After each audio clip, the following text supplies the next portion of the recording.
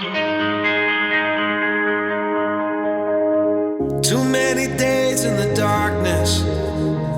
Welcome to Prevention is Cure, brought to you by precure.com, the podcast which brings you the latest in science and practice and challenging mainstream medicine and finding new and exciting ways of having a happier and healthy life. This series is looking specifically at mental health. We've become really concerned about the lack of translation of what science knows into what medicine does. In most societies, including the one I live in, 1 in 5 of us will have a serious mental health problem at some stage. The infrastructure, the practice, the gap between treatment and best practice is massive. This podcast series aims to do something about it. Prevention is Cure. I'm your host, Professor Grant Schofield. Paul Taylor is an ex-helicopter search and rescue guy. He's a charismatic Irishman. He's a neuroscientist, a nutritionist, and a physical exercise expert. He's got a long history of being what Paul describes as a pracademic, a practical academic, someone who is highly skilled in translating research into practice. He's practical, he's interesting, and you're going to love what he's got to say around Stoicism and mental health. Paul will entertain you, but it'll also change your life. Enjoy. Too many days in the darkness without a glimpse of the light. Running tired and broken and scared, but I swear I'll never give up the fight. Okay, g'day Paul. Good to have you on the show. Paul, I've been a fan for a long time, and I've been mainly a fan around your ability to get the latest research and practice before it even becomes new. How has that journey started? You were originally in helicopters, an Irishman in the British Navy. How do you go from that to where you are now? Yeah, so look, it's been an interesting journey. And by the way, it's nice to return the favor from you having been on my podcast. I think you were my first guest, actually.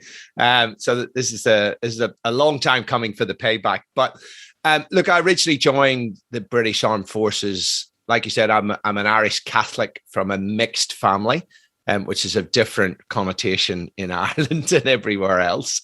And so I grew up as a Catholic, but we always lived in Protestant neighborhoods because my parents didn't want us to be bigoted. And then, when I was at university, I joined the Officer Training Corps, which was basically a way to get paid really good money as a student and have fun, learn to shoot weapons and stuff like that.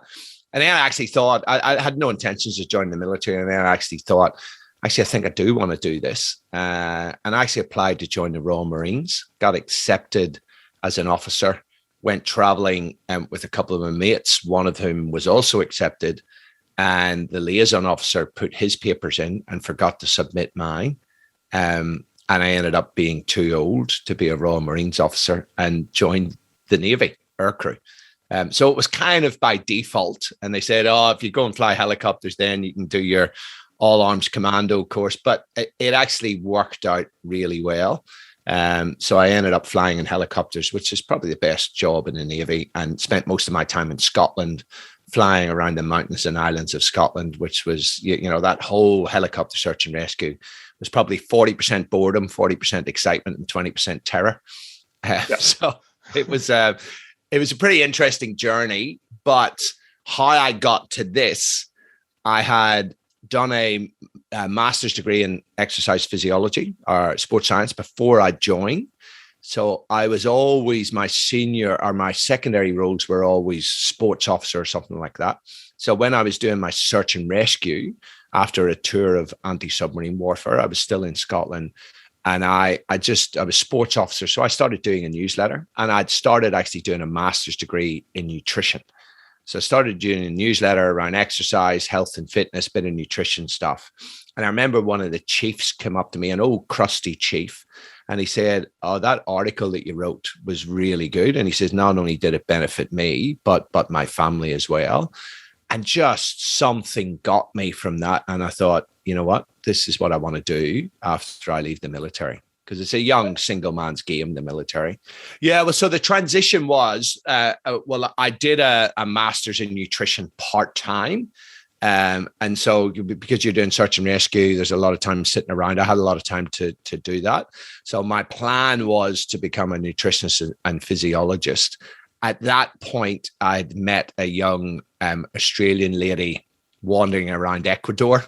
And I ended up getting mugged. We ended up hanging out together. She moved to Scotland, and then I left the forces. So we moved over to Australia. And I went to say, I actually, it was interesting because you get a resettlement interview with a retired captain who has this little black book of contacts. It's the sort of old boys network. And so all the officers go and get resettlement with him. The ratings, they resettle with someone else. But we sat down and he said, "So any thoughts on what you're going to do?" And I said, "Well, yeah, I've got my master's in ex-phys, just finished my master's in nutrition.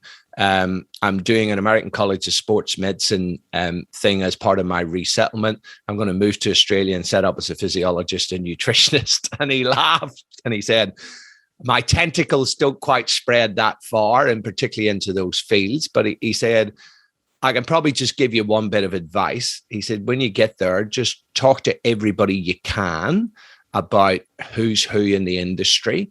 And every time you have a conversation with someone, your last question should be, who do you think I should talk to next?" And that was actually really good information. And I ended up working in a guy's gym called Craig Harper, who also has a podcast now, and a great podcast. And actually is a fellow PhD student. He's doing a PhD in neuroscience, and he's a little bit older than me. He's 57, I think, or 53.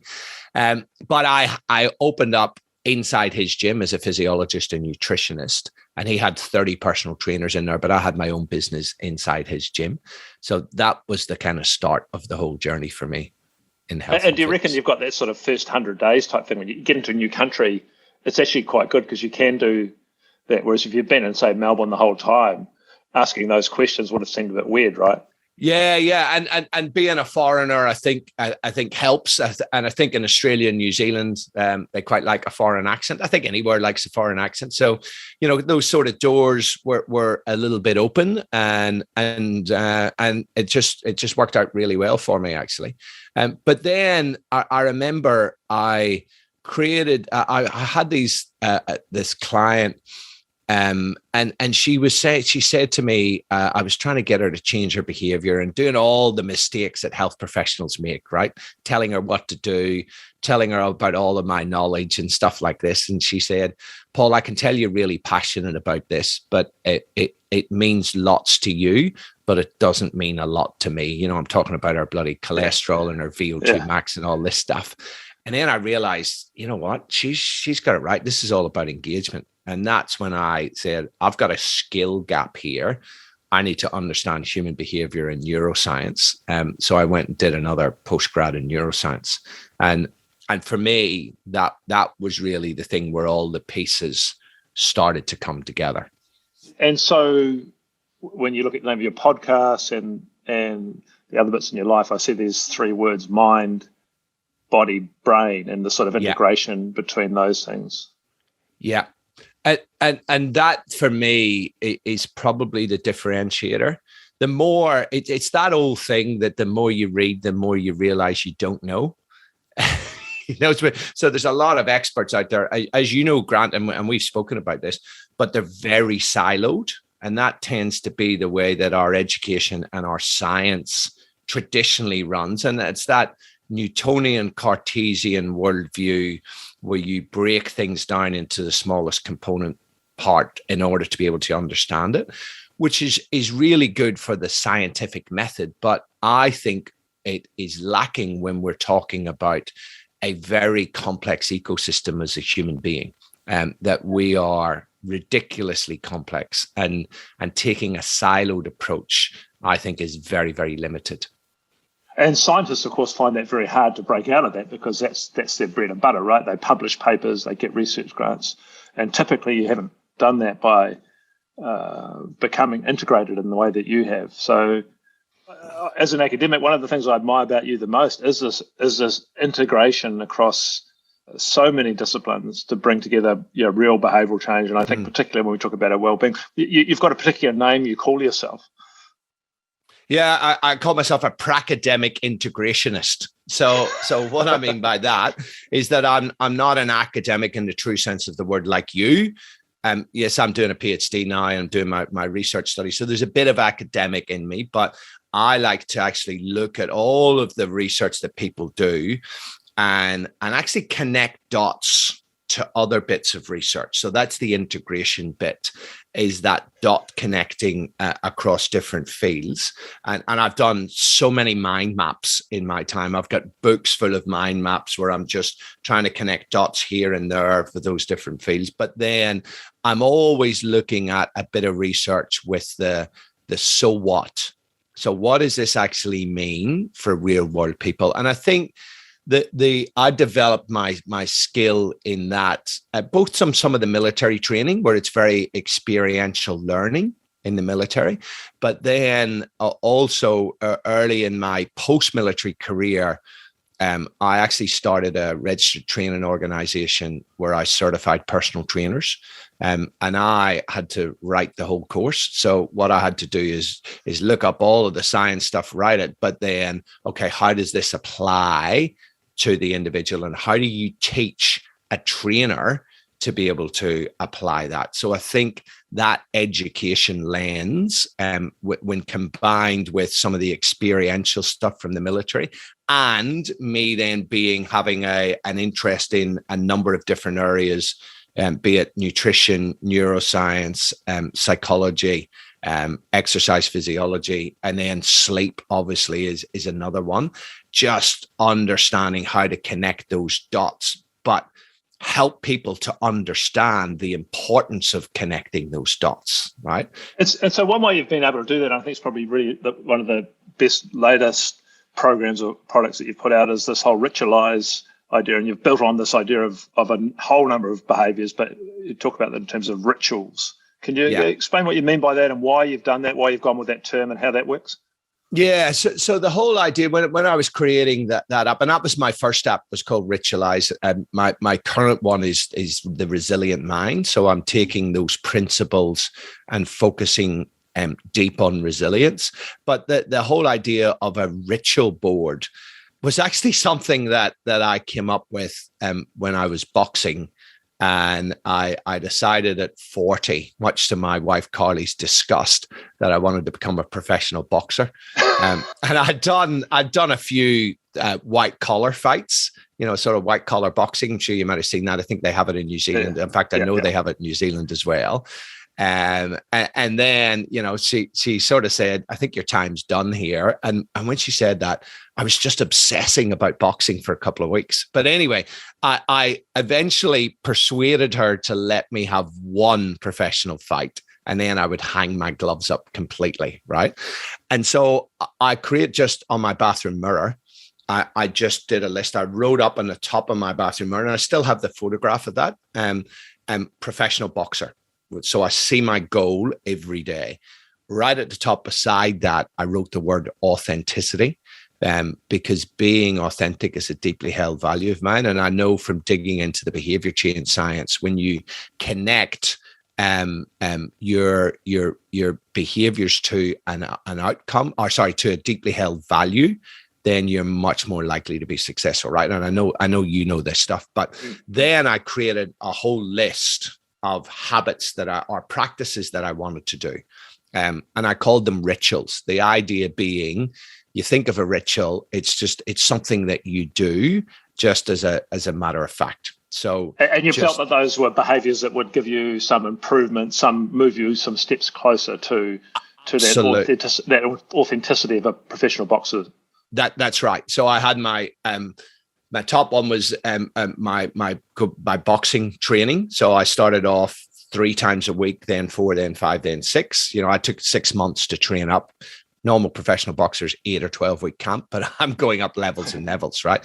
So I had stuff like that. I had my visualization, I had doing some sprint work, and then I had a whole heap of little things. And I borrowed this from Professor BJ Fogg from Stanford University, who talks about tiny habits. And he trained a lot of the guys, James Clear and these guys who wrote books on atomic habits. But it was actually BJ Fogg who has his behavioral science course at Stanford University, where all the guys from LinkedIn and Facebook went. And it was all about human behavior. And one thing that he said is that the Fogg behavior model is that it's all about motivation equals it's a trade-off between your ability to actually do that behavior and how hard it is. Mm-hmm. And then you need to be triggered, right? So his thing was, have a few hard behaviors, but have lots of simple ones. So I ended up on my board, lots of things like frogs, which are like a version of squats. And, initially I was doing 100 of those a week, then 200. And I had like 6 or 7 things that I started to gamify it. And you know what? It was week 2, because I took a photo, that I realized I had all these rituals written down. There's maybe 15 of them. And I'm ticking some of them off one a day. But then things like frogs or push-ups, I'm doing like 30 a day, 50 a day. And I noticed the more that I interacted with my mirror, the more that I was getting motivated, right? And that's when I had because you could have set the goal, but not gone back to that board, so to speak, and it wouldn't have happened anywhere in the same way. Well, that's right. And so the thing that I have come up, actually, let me tell this story, and then I'll get back to the epiphany. So I realized that I was getting more motivated. And then I'm like, you muppet. Think about it from a neuroscience perspective, right? Natural rewards for the brain, things that release dopamine and other pleasure chemicals, food, water, integrating with other people, that human connection, sex, and achievement, right? And I realized that ticking stuff off, when you set yourself a little goal and then you tick it off, that's achievement, which releases dopamine in the brain. And dopamine, a lot of people associate with pleasure, but is actually the chemical of motivation, right? It could be said it focuses the mind. It focuses the mind, and it's about goal-directed behavior. Yeah. And so dopamine is the chemical of more. When you have a Krispy Kreme donut, as soon as you take the first bite of that, there are certain chemicals that are released in your brain that are pleasure chemicals, but also dopamine, which says, where's the next bite? And where's the next donut, right? And so it is highly involved in goal-directed behavior and motivation. So I realized that this mirror was just a way to create a process for you to set some targets and then tick them off and strengthen your motivation to continue to do it. And you had that visual trigger, which is really key. Yeah, right. You're writing on the mirror, right? I'm writing on the mirror and I'm seeing it several times a day, right? Yeah. So then I created a whole host. I realized that gamifying this is the key. So I created a whole host of if-then behaviors. So if I walk through my bedroom door, then I have to do 20 frogs, or so you could say 20 squats. If the kettle is on, I drink a lot of tea, I'm ex-military. If the kettle is boiling, then I do 30 kick sets, which is quite a hard exercise, but it's simple. You can do it right there. So I create, if the television is on and the adverts are on, then I do 2 minutes exercise and I go and tick it off, right? So I created all of these behaviors where I was just nudging that process little bit by little bit and then gamifying it and then going, okay, next week I'm going to try and beat that week's target, right? And I ended up getting into that ring at 41, fitter than when I joined the military 20 years previously, right? Because I still had my fitness test results for the military and I redid it and I actually beat it. And it was because of that, having the process of rituals and what I call a ritual board, or mine was a ritual mirror at the time, was really just about hacking your own behavior, right? And the whole thing that I will say, and it's not, I don't own this, lots of people will say this, is that process beats outcome every day of the week, and process beats goals. right? Okay, so speaking of outcomes, then I know that everyone's going to be curious right at this moment to know what actually happened in the fight. In the third round, he broke my nose. And when that happens, life becomes quite difficult, right? You can see this is not a natural nose. So I had to go to a pretty deep place physically, mentally, and emotionally. But I ended up winning the fight on point. And then the end of it, I got pissed, me with a broken nose and him with 12 stitches in his eye. It's really unpleasant. Okay, so we've dealt with the outcome, but I guess that what you were reflecting on before that was this idea of process. Particularly, yes. First of all, the process for this made it way more fun. You yes. learned a whole lot about yourself. More than that, because of your own academic curiosity, you learned more about how you might go forward with helping other people with their own behaviour. Yeah, look, absolutely. That was the thing where I'm like, this is real, and it's BJ Fogg's theory stuff applied practically. And that's that pracademic thing. So from then on, it was like, okay, what other research can I take and actually turn it into practical tools and solutions that people can use? And I'm always, I like to give people enough science to overcome even the strongest skeptic. But then it's always in my mind when I'm doing anything, so what? So what is the outcome? What's the takeaway for individuals? That's really, really key for me. So just explore this idea of this little spaces that you set up with the kettle boiling. I've struggled over the last 6 months to get rehabilitated an Achilles injury. Yes. And so what I've ended up doing, and it's been really successful, is every time I get to a set of stairs, I've got these certain exercises that you can do just off a step. And, yes. and every 12 steps, I do another 10 of these things. Nice. And it's really rehabilitated. How did you get to that idea of that space, and how does that work in practice? So it was really about BJ Fogg, actually listening to him and talking about tiny habits. And that was probably, that would have been 10 years ago that I was listening to BJ Fogg's thing. I'd actually just started my mirror, but I had big things on it, like go training with the old school boxing trainer, do visualization session. I had 5 or 6 quite big things, but listening to BJ Fogg and talking about the tiny habits and his if-then behaviors, that's when I created all the little things that mean that you engage with the process more, right? So that whole idea of just doing something but giving feedback, right? So that feedback, when you tick stuff off, that is building self-efficacy, the belief that what I'm doing is making a difference. And we know that that's the single biggest driver of behavior change. And I know you know this, but self-efficacy, that belief of what I'm doing is actually working, is really, really critical. So the brain, if we think about it, you need to set some targets, and then you need feedback. And having that visual process. Now we have it in our kitchen. All of us have a ritual board in the kitchen. I actually find that it's not as effective as the bathroom mirror, because you can quite easily walk past it in the kitchen and not see it's there. With the bathroom mirror, it's looking at you. So actually this morning, I'm just starting to write out some cards to stick them on my desk. I've got a shelf above my desk for my rehab, because I'm about to have a hip resurface in a couple of months, and I need to do some prehab on it. So I've realized it needs to be somewhere where you're going to see it heaps, right? Having that trigger, that was BJ Fogg's. He talks about a trigger or a prompt to do the behavior is really key. And your prompt was actually walking up the stairs, right? Right. And obviously there's some points that it becomes a bit awkward. Like you decide you're going to do push-ups whenever you're standing in a queue, and you're standing in a line for the ATM, and all of a sudden you're down doing 50, it's probably going to be a bit awkward. But that's right. Exactly. But that just depends. Some people don't care. You just crack on. Yeah, but that's a great way to do it. Yeah. But that's where you could do something like, so I'm doing my rehab, and I know that one of my glutes muscles on my right hand side isn't working. So I could be standing in the queue and just switching that on, right? Just squeezing it, and nobody would actually notice, right?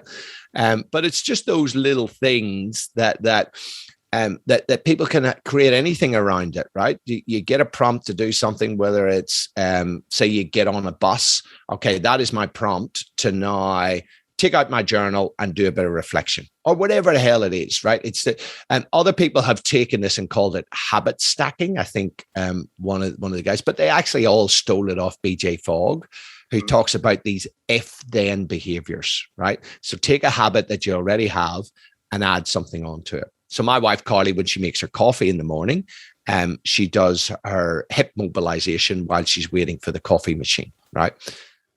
It's interesting because I started doing that at kids' football, soccer games. I've decided that it was also, besides a chance to watch, it would be a good chance to do some mobilization work through the hips and quads and that sort of thing. So I've been doing that quite well. It's been great. But my youngest son, whose football I was watching, has now approached me and said, "Dad, that's actually an embarrassment to me while I'm on the field." That's funny.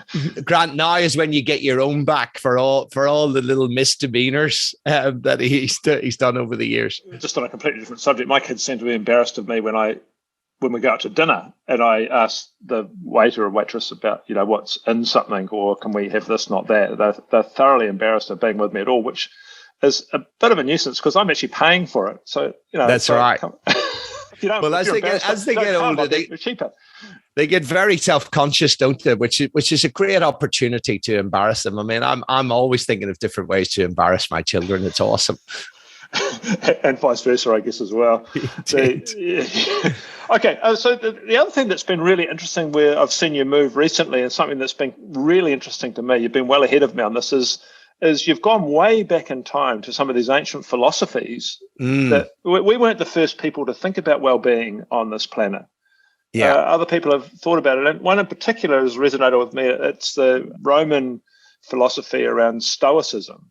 Yeah, so I guess being Stoic has got quite a bad rap, because Stoicism with a small s sounds like the exact opposite of what you want to do with mental health, but Stoicism with a capital S is different. Do you tell me where you're going with that and what that's all about?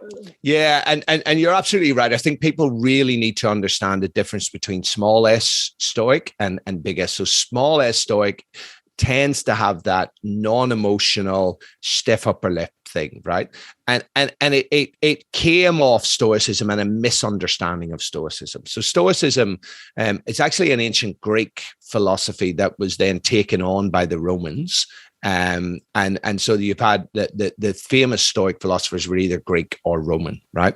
And it actually started back. You can trace the origins of Stoicism all the way back to Socrates, who wasn't a Stoic himself, but actually a lot of the principles of the Stoics came from the teachings of Socrates. And what a lot of people don't realize, Socrates was actually a military guy. So back in those times, most young men joined the military. They did martial arts training.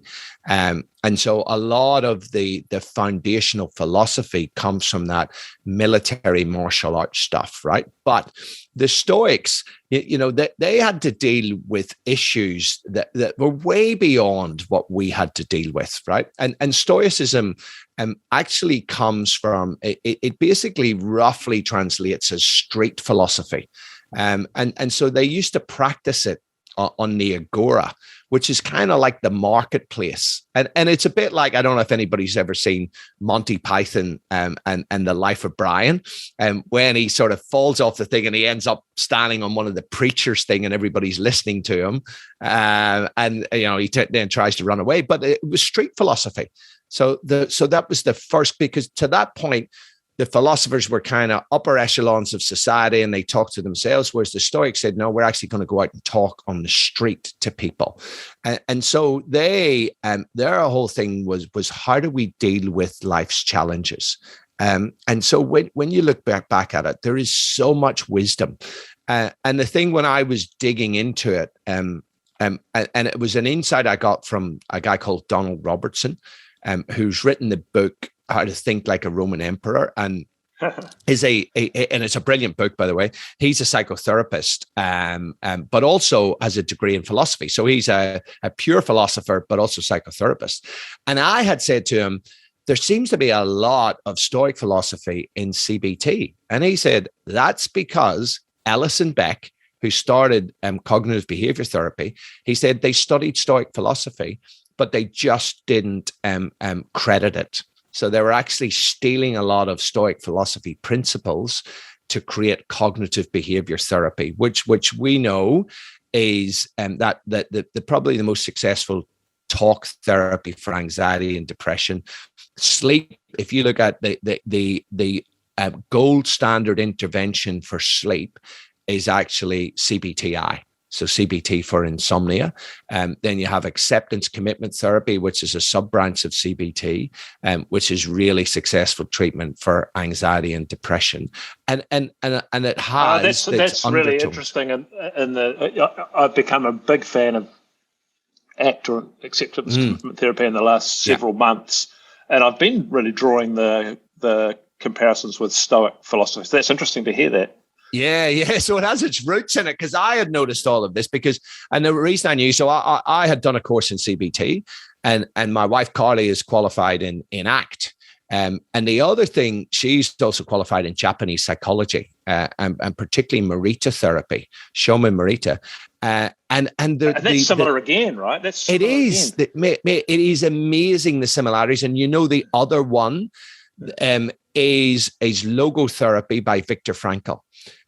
And when I was talking to Donna Robertson, I said for Viktor Frankl, because I've seen the strong links, and I remember reading his book as a 17-year-old, and had a pretty profound effect on me. And I have noticed strong overlaps between Stoicism, logotherapy from Frankl, CBT, ACT, and Japanese psychology. And I actually thought that Frankl would have studied the Stoic philosophers, and Donna Robertson said he has dug into this, and as far as he can tell, he didn't. And so he came up with this independently, right? Oh, that's sort of cool, right?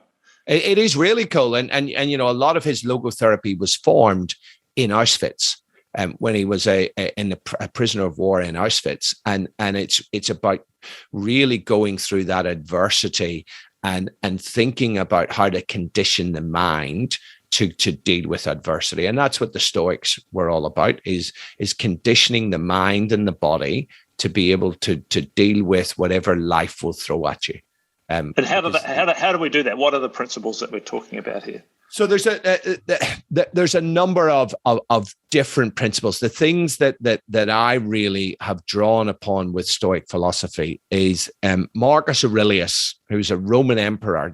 It's called the last of the great Roman emperors. Anybody who's seen the movie Gladiator will know who Marcus Aurelius is. But he said you have power over your mind, not outside events. Realize this, and you will find strength. So one of the other big things that plays into that, Epictetus, who's one of the foremost Stoic philosophers, he said that everything in our life is in two zones, zone 1 and zone 2.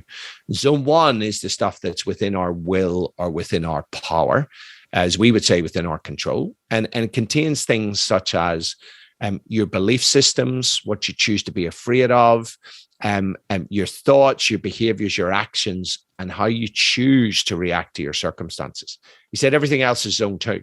The past, the future, what people think about you, what they say about you, COVID-19. So let's pick 3 of those things, right?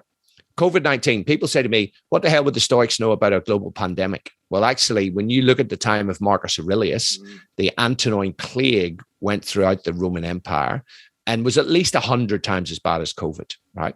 Marcus Aurelius had 8 children. He lost 5 of them to the Antonine Plague, right? So he had to deal with losing 5 kids, right?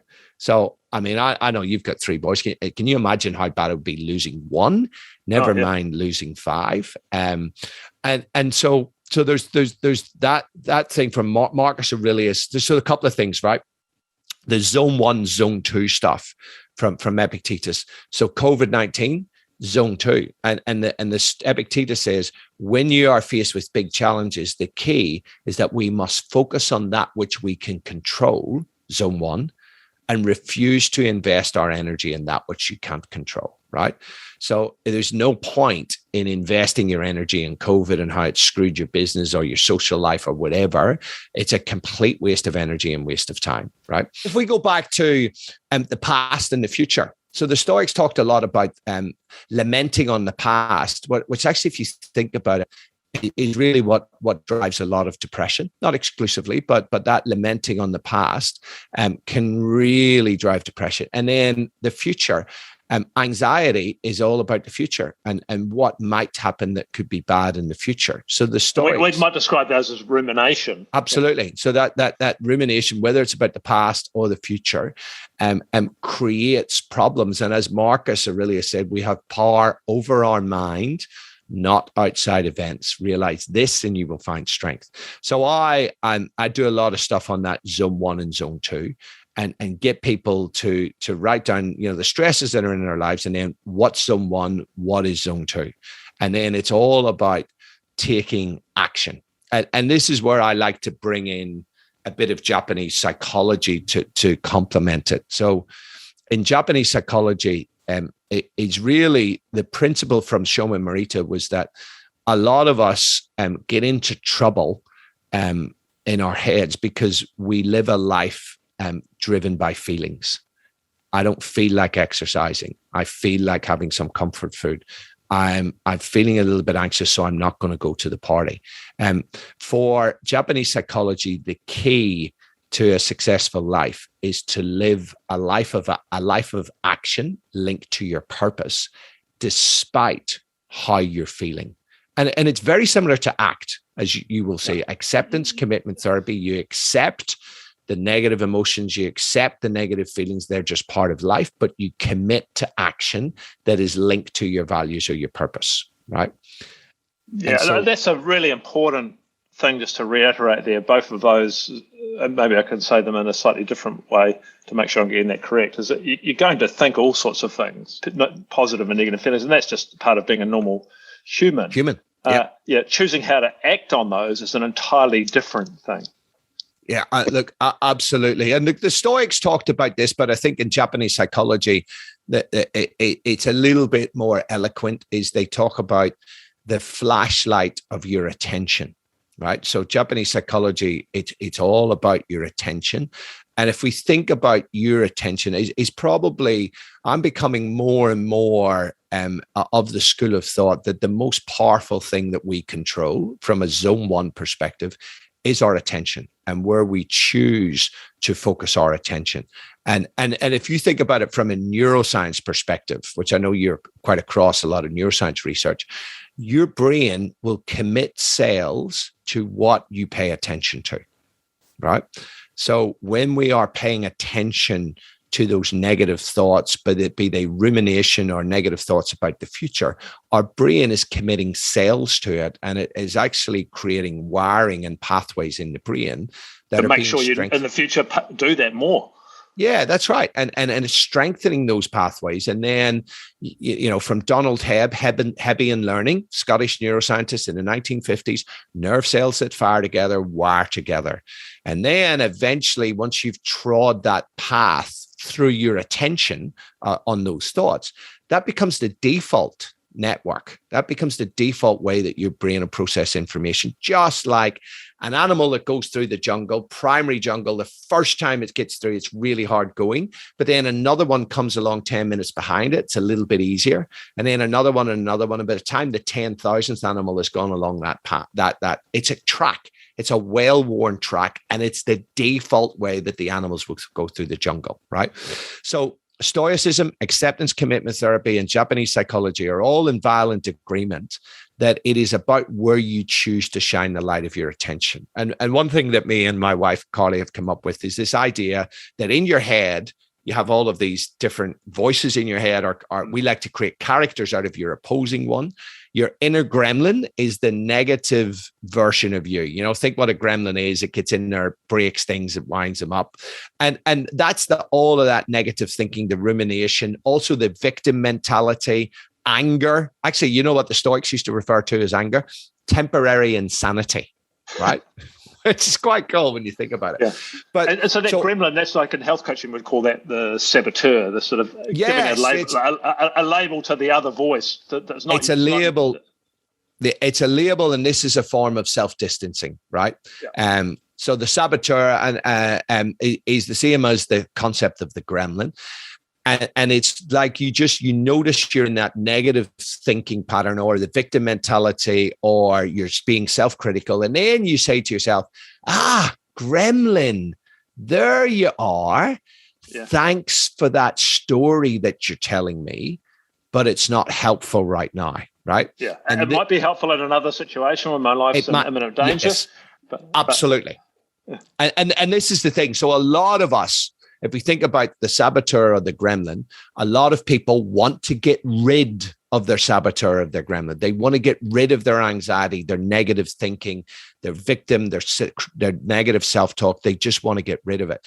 And some approaches in psychology will try to help you do that. But as I said, Japanese psychology, ACT, and Stoicism, it's really all about, you know what, this stuff is, it just is. The Japanese have a beautiful term, arugamama, or I used to think it was arugamama, which actually sounds a bit better, but it's arugamama, which basically means it is what it is, but I need to now take action. It's not I completely resign and do nothing, so that it is bad stuff happens. It is what it is. What are you going to do? Right. And this is where I like because the Stoics talk about a similar thing where it's almost a negative visualization about the worst possible consequence. Is that a similar thing, or is that? It's linked to it. So actually, Marcus Aurelius talked a lot about negative visualization, and he used to wake up in the morning and visualize all the unhelpful, nasty people that he would meet that day, in order to help him to deal with it. But, and a lot of people think, the Stoics are all friggin' negative. But he also said something that really complements this, which is Memento Mori, right? And I actually have a Memento Mori coin sitting beside my bed. And Marcus said to himself, Marcus, remember that you are mortal. Remember that you could die at any time. And that's not to be morose. It's to remind you that life is a precious gift, and that you should wake up every morning with extreme gratitude just to be alive. And you should use that thought, Memento Mori, to judge your behaviors and your actions that day. So when you combine that with negative visualization, it actually becomes really powerful, right? So I'll give you a quick example of this. COVID-19 happened last year, and my business disappeared in 10 days, right? Chasm. Right, because one of the things that you're so strong at is these in-person, engaging, motivating, informative sessions in front of large groups of people. That wasn't happening, right? Yeah. So all the conferences, so I do lots of conferences. I do leadership sessions. I do all my stuff most of it's in businesses, right? And within a 10-day period, I had so many emails and phone calls saying, sorry, we have to cancel this event. We have to cancel, right? And I remember one of the speakers bureaus who I've been dealing with phoned me up to say, mate, this is cancelled and that's cancelled. Said, but you know what? It's going to be fine by July. And I said, mate, no chance. Because I'd seen... And you're right. It went on for months in Melbourne. Months. And I'd been looking at what was happening in Italy, and I'm going, Jesus. And I'd actually watched the TED Talk of Bill Gates that he gave about 5 years ago, saying there's a global pandemic coming and we are ill prepared for it, right? So actually at this point, you know, everything fell apart. And you know, there's part of you goes, you want to believe that it's going to be okay by July. But me and Carly sat down and said, okay, we need to do some negative visualization. What's the worst thing that can happen? Well, actually, you know what, if this continues for a significant amount of time and we don't do something about it, we'll lose our house that we've worked so hard for, right? And we thought about it and we thought, you know what? If we lose our house, at least our kids don't have bone cancer, right? So at least, you know, we still have this. So we did some gratitude stuff. And then we said, okay, so what's zone 1 and what is zone 2, right? Let's look at all the things that we can control right now. And it was really, from a business perspective, we need to do a massive pivot to online. That's the stuff that we can control. We can control our spending. We can control this and that. All of this other stuff we cannot control. So let's not invest our energy in it, right? And so I think a combination of negative visualization with genuine gratitude and I actually try to do that every morning and wake up and go, how friggin' awesome is it just to be alive, right? Or it was a month ago, actually. And a bunch of Navy boys that I joined the Navy with sort of put together a little montage of them talking. And every single one of them said, no idea how you made it to 50. So I'm like, you know what? Every morning it is, if you think about it, you think of the shit that happens to people randomly just in the universe, that building collapsing in Miami, people getting struck by earthquakes, the lightning, global pandemics, just bus crashes. There's just the random stuff that can actually happen to people because the universe just doesn't care, right? And it's incredible that we are still alive. And so waking up every morning and saying, Memento Mori, today is a gift. It's a precious gift. And really can change how you view everything. And when you actually seriously use that Stoic principle of Memento Mori. So there's also in Stoicism, as I understand it, you help me with this, you're maybe more of an expert than I am. There's also an element of things won't make me happy, that to let go of the material and deal with that. What's going on there? Yeah, so look, and the Stoics, a lot of people confuse them because at the time, the two major schools of philosophy back in those days in Greek were Epicurean philosophy and Stoic philosophy. And Epicurean, basically Epicurus, who was the head of that school of thought, was like, well, the best life is one where there is little stress and discomfort. And it's the pleasure of the good things. So one of pleasure and lack of discomfort. Whereas the Stoics were saying it's not things that are important. It is how you react to those things. So the bad stuff can happen, but it's not actually the event. It is my interpretation of the event that is really important. And it's the same for good stuff. A lot of people think that the Stoics walked around in sackcloth and ashes. And there was one of them who actually did, was it Diogenes, who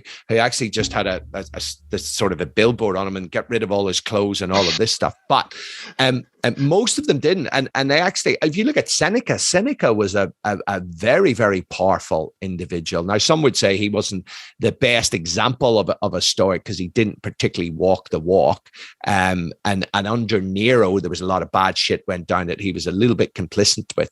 However, the Stoics said that having the trappings of a good life is okay as long as you are not attached to them, as long as they don't become your identity. Because they said they were very pragmatic about this. They said, well, if you take immense riches, you put that in the hands of a tyrant, that is actually going to enable that tyrant to do much more evil deeds, right? And so in that case, riches are a bad thing. However, you put those riches in the hands of someone who is truly benevolent, that enables them to do amazing things. And therefore, in this case, the riches are good. So it wasn't so much that whether the event that was important, it was about the interpretation and what you actually do with the event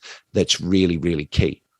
Okay, and then what about the sort of next logical step with that around comfort and hedonism and discomfort, and the view that you can only really enjoy comfort and pleasure in the context of knowing discomfort?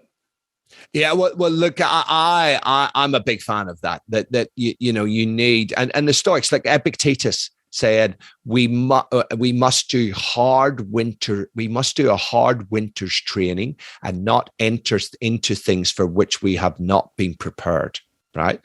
So basically, that's that whole thing of you actually need to do resilience training. You actually need to seek discomfort. And that was a Stoic principle, was about seeking discomfort and actually going for periods of time without eating and cold water bathing. Like the Stoics, I'm a big fan of cold showers, and I got that from the Stoic philosophers. Oh, so that was actually a thing back then. I'm a very big fan of discomfort from cold water, and I guess now we know about many of the brown fat adaptations, the irazine, the sucranins, the changes in neurophysiology and these things, but they were doing that back then. They were doing that back then. Marcus Aurelius actually said, Marcus, you should be doing cold water bathing. He also talked about vigorous exercise because he said they both develop character. And it is this character that you will need to face challenges in your life, right? That's such a pearl of wisdom, right? And I know me and you have talked about this, and you're raising helicopter kids versus free range kids, and I'm a big fan, as are you, of having my kids go through measured amounts of discomfort, right? Because it is that actually builds our character. And for me is the foundation of resilience. I'm a big fan of the biopsychosocial or biobehavioral resilience. So there's that element of it, but there's also the appreciation then of the comforts. So I'll give you a concrete example. When I was in the military, I went through combat survival and resistance to interrogation training, right? Which was 10 days of pretty hardcore stuff back then. Now you can't get away with half of the stuff that they did because of health and safety. So we had 10 days in the New Forest in the south of UK in winter when it actually does get a bit nippy. And we had no sleeping bags for 10 days. We had to kick our way into a big thorny bush, and that's where we slept. We had a Gore-Tex bivy bag that kept us dry but had no heat. In the 10 days, the only food they gave us was a chicken between 4 people, and it was alive when we got it. And that was it for 10 days. And we walked, I reckon, somewhere between 250 and 350 kilometers in the 10 days on minimal sleep because it was freezing cold. It was sub-zero every night. You'd be so tired that you'd lie down on the hard, cold ground and you'd fall asleep straight away, but you'd wake up shivering your ass off, right? And you know, we were in twos, and within about 20 minutes in the first night, my mate Steve said, mate, this is Chatham House rules. What goes on tour stays on tour. Who's spooning who, right? But and look, I could have forgot about that, but now I have pretty much ever since then, every night whenever I lie down in bed. So I do 2 things. I bookend my day with gratitude. I wake up every morning and I think, how friggin' awesome is it to be alive, right? Memento Mori. And then every night when I'm lying down, as I lie down in my bed, I say to myself, how friggin' awesome is a mattress and a pillow and a doona. That's a very good point, though, isn't it? Because the state of your house and the insulation and the warmth and cool as it needs to be, and the comfort of those things and the technology of those things compared to any other time in human history, you've got access to some of the most comfortable things ever. Yeah, and I actually think it's the undoing of us as a species. And if we think about it, we are biologically wired to seek comfort, right? Which is a cool thing when you're a bloody hunter-gatherer living in really tough times. Being biologically wired to huddle up together in a cave around a fire and share some food, that's a great thing. But with this technology, we can now lie in our house, temperature controlled, and we can almost have any food that we want delivered. We don't have to get up and turn the bloody TV over. We don't have to get up and close the blinds. You know, there's all electronic stuff.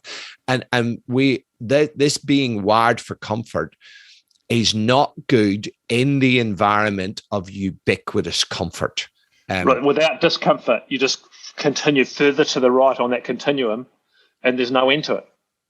Absolutely. And look, for me, the analogy is the same as the thrifty genotype. You know, we are biologically wired, and some more than others, to want to store fat. And that's cool when you're out in going through winter when there's very little food because it helps you get through. But when we live in an environment of abundance, that thrifty genotype is a disaster, right? We haven't adapted yet. As you know, it takes thousands and thousands and thousands, tens of thousands of years for genetic adaptations to happen. But what we've done since the Industrial Revolution, we've stopped adapting to our environment and we've changed it more and more to a point where I think we're no longer optimally matched to it from a genetics perspective. So we've actually got to go out of a way to hack it. Like for nutrition, it's obvious. Like you've got to make some effort. If you just live in the current ultra-processed food environment, it's going to end badly. But I think what I'm hearing from you now is also a similar view of maybe seeking discomfort, reset ourselves in terms of our well-being and especially our mental health? Absolutely. I'm a massive proponent of this. I mean, most people who are out there talk about resilience, they talk about it from a positive psychology perspective, gratitude, empathy, mindfulness. And my argument is always that stuff's necessary, but it's not sufficient, right? We need to actually build resilience on a bedrock of discomfort, right? And let me give you a very clear example of this. So when we exercise, as you know, exercise is so good for us, but it is good for us because it's a stressor. And Professor Frank Booth showed back in 2005 that exercise controls your gene expression. And every time you exercise, there's 3 waves of gene expression. The first wave, me and you are big fans of heat shock proteins.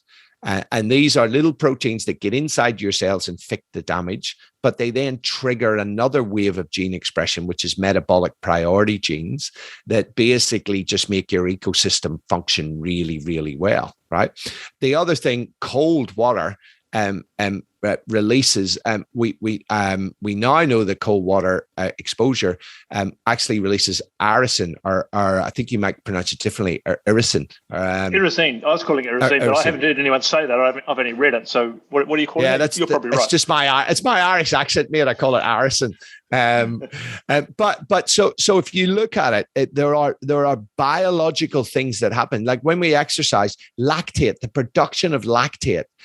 From higher intensity exercise, lactate actually crosses the blood-brain barrier and actually ends up releasing BDNF, which helps us to grow new brain cells and create new connections and strengthen those brain cells, right? And then it's also used as a priority fuel in the brain itself and recycled that way as well. Right. So you've got all sorts of things happening.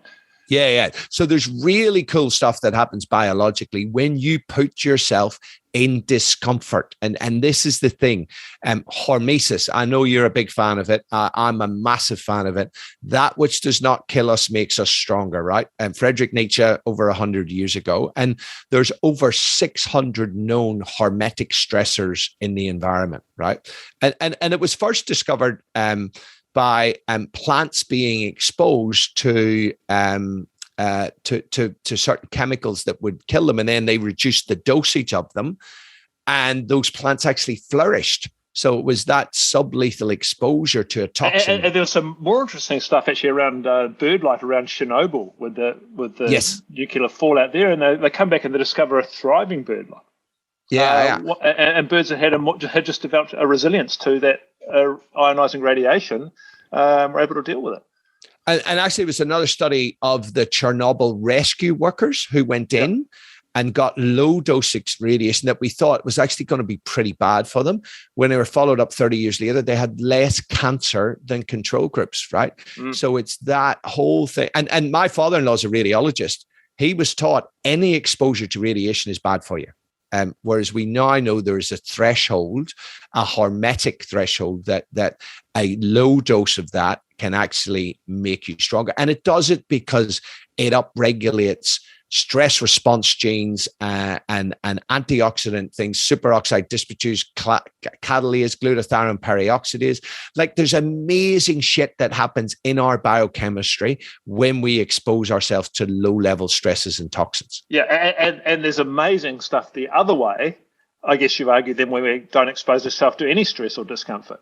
Because we're trying to save resources, right? So we're down regulating those processes to be less good at coping with adversity. That's a really good point. You know, it's like use it or lose it. So again, let's go back to exercise because everybody can understand it. Like you train, you exercise, you become fitter, you become bigger, faster, stronger because of exposure to that stress. You then remove that stress, the body has got no reason to stay big, fast, strong, and it reverts back, and you actually lose a lot of those gains, and the metabolic pathways associated with them become down-regulated. This is why maintain that? Why maintain that if you're not going to use it? That's right. That's right. So, and this is the thing that I say to people that because we live in this world with a very controlled, comfort-driven environment, a lot of us have to go and actively seek discomfort in order to activate those critical pathways. And they're critical for both growth and survival. I want to talk, Paul, now about, I'm just curious with you, achieve so much. You're a great translator, you're successful.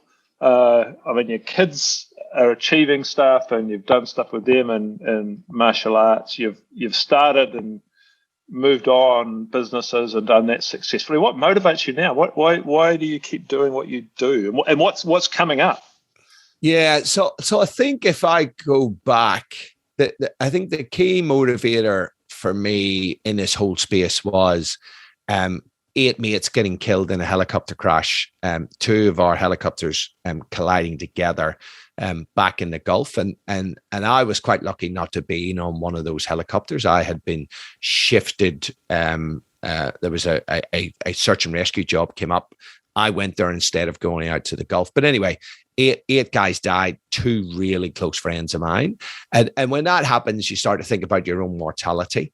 And I started thinking about, okay, post-military, what am I going to do with my life? And it was the very next week that story with the chief came up where he said, that was really cool. And I actually just had that thing. I actually want to help people become better versions of themselves, right? And so now my kind of tombstone statement, I'm a big fan when I do workshops of getting everybody to create a tombstone statement, like what would sum up your life. And mine is military man turned educator to help others become better versions of themselves. And so that goes for my work life, for my personal life with my mates, and also with my family, right? Trying to help my kids and my wife to become better versions of themselves, and they help me. And so in order to be able to do that, I need to stay on the bleeding edge of research so that I need to be able to translate that and give people both the reason and to help them then find their why for how they're going to do it. Because if I was just giving people information like an academic, I wouldn't be helping people to become better versions of themselves. Because 100% true. That's such an important thing for people to understand, isn't it?